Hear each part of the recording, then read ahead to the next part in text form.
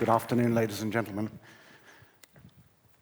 I'm lighting this candle here for the person who, in the last 24 hours on average in Norway, will have taken their own life.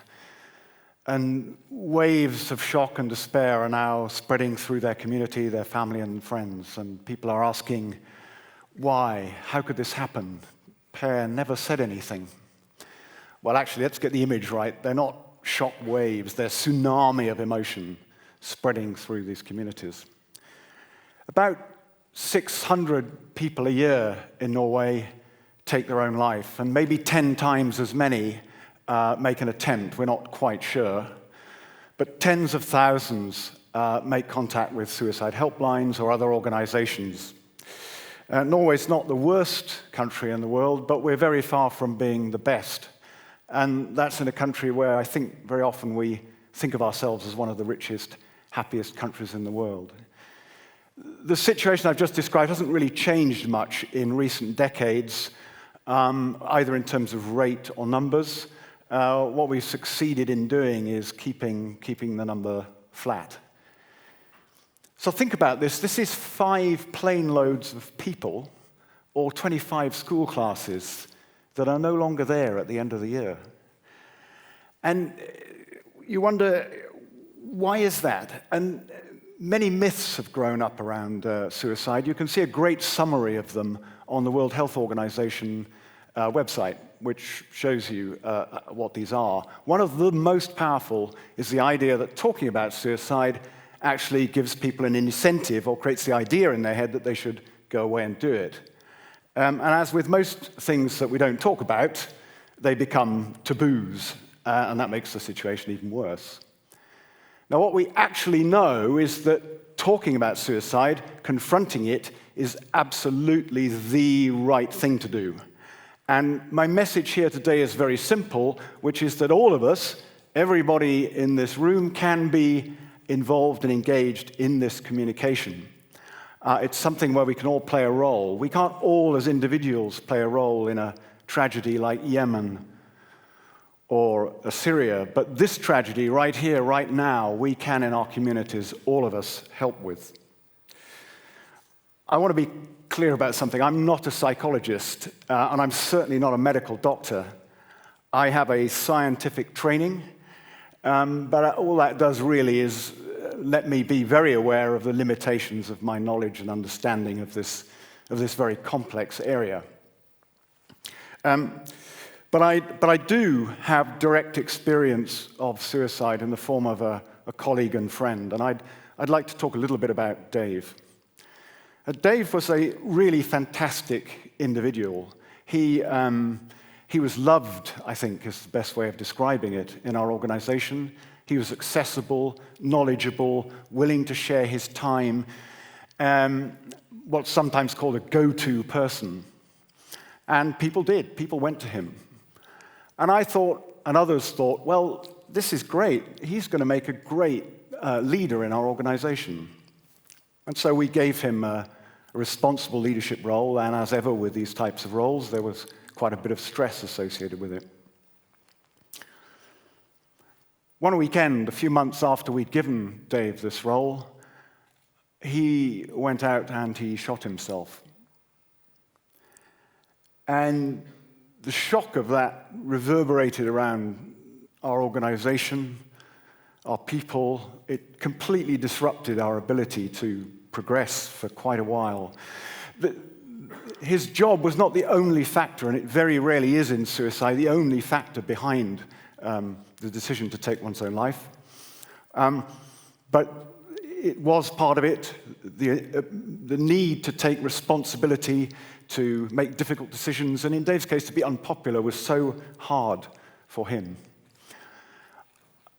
This taught me a very severe lesson as a leader about our responsibility for the next generation of leaders coming through, and how we see them, how we help them, how we see the world through their eyes as they try to progress as leaders. And I've also, apart from that experience, I have experienced suicidal ideation myself during a deep personal crisis in 2003, 2005.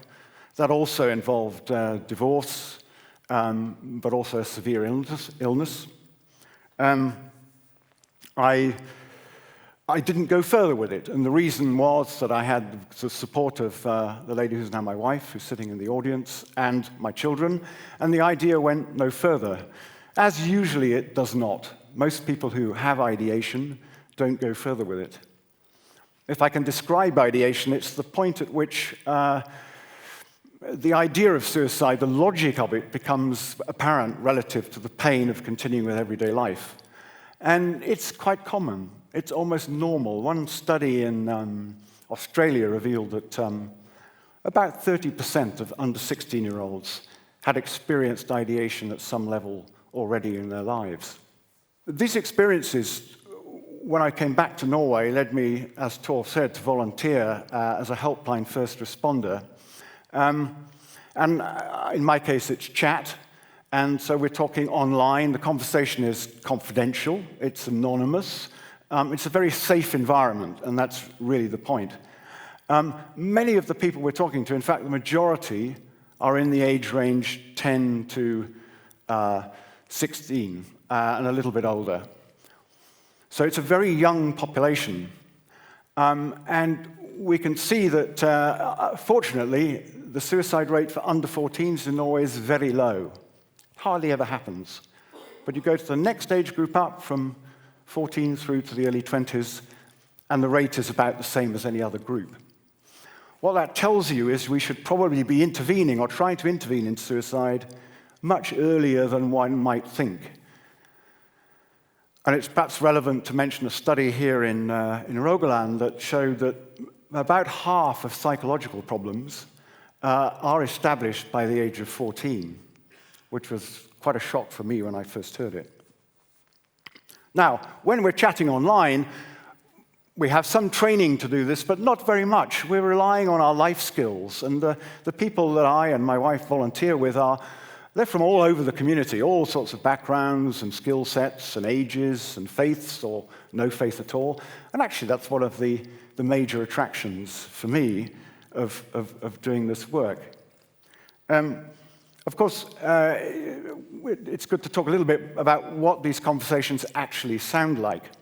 And what's critical is active listening and empathy. And Beata's already been in that space, actually, and I'm following it up on it in a slightly different context. Active listening is about encouraging the person to speak, to allow them to express their deep feelings, to confront their own feelings. It's so easy to slip into giving advice and solving the problem, and yes, this is what we need to do, as opposed to just allowing the expression to come out. And very often, these younger people are talking about things that are truly horrific experiences for the very first time, and that's the step, that's what counts.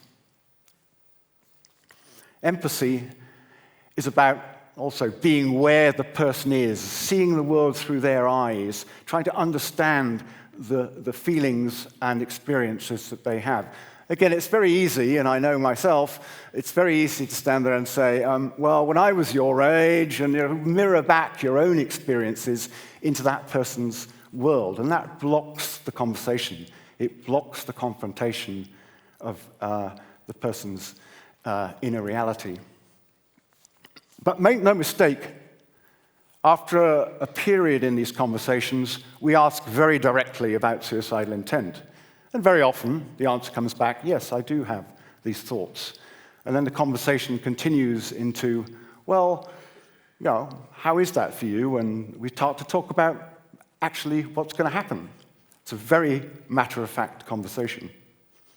And this is what's needed. This is what the individual needs to do in order to confront and express their feelings.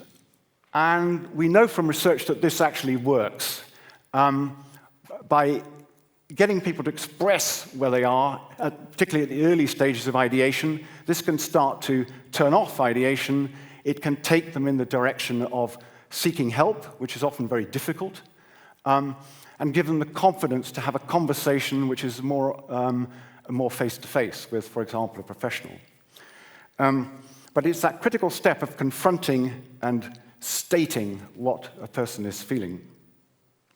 It's quite interesting to reflect that in post-war London, where a person called Chad Varra, who's actually a priest, began this sort of work, suicide rate in London immediately after the Second World War was very, very high. And he quickly realized in his sort of clinic that actually his tea ladies were quite as good as he was at giving people the hearing they needed. And they would come in and talk to his tea ladies, and he'd go out and find there was nobody in the queue waiting for him. They'd all talked to the tea ladies and gone away. So my challenge is, can we all do this? Can we all go out and have these conversations with a much higher degree of listening and stepping into the shoes of the other person, with our younger colleagues at work, with our teenage children, with even younger children, and completely revisit the way we have these conversations based on empathy and active listening. I know we can do this, and I think you all can, but I'm no great role model myself, I have to admit. I've 30 years on, I'm learning how to do this and making the switch in my head. And in a way, I wish I'd heard myself today, 30 years ago. And there's maybe a wider point here. I think a lot of the talks, Beate has already been there in a way, and Peel as well. I think several of the talks here today will be about communication. And that's because the challenges of the future in an integrating world, they require and set a premium on our ability to communicate well. And I think if we can talk about suicide, we can probably talk about anything. And if we can do that, all of us, we will make a difference, and maybe then we won't have to light this candle every day of the year. Thank you. Thank you.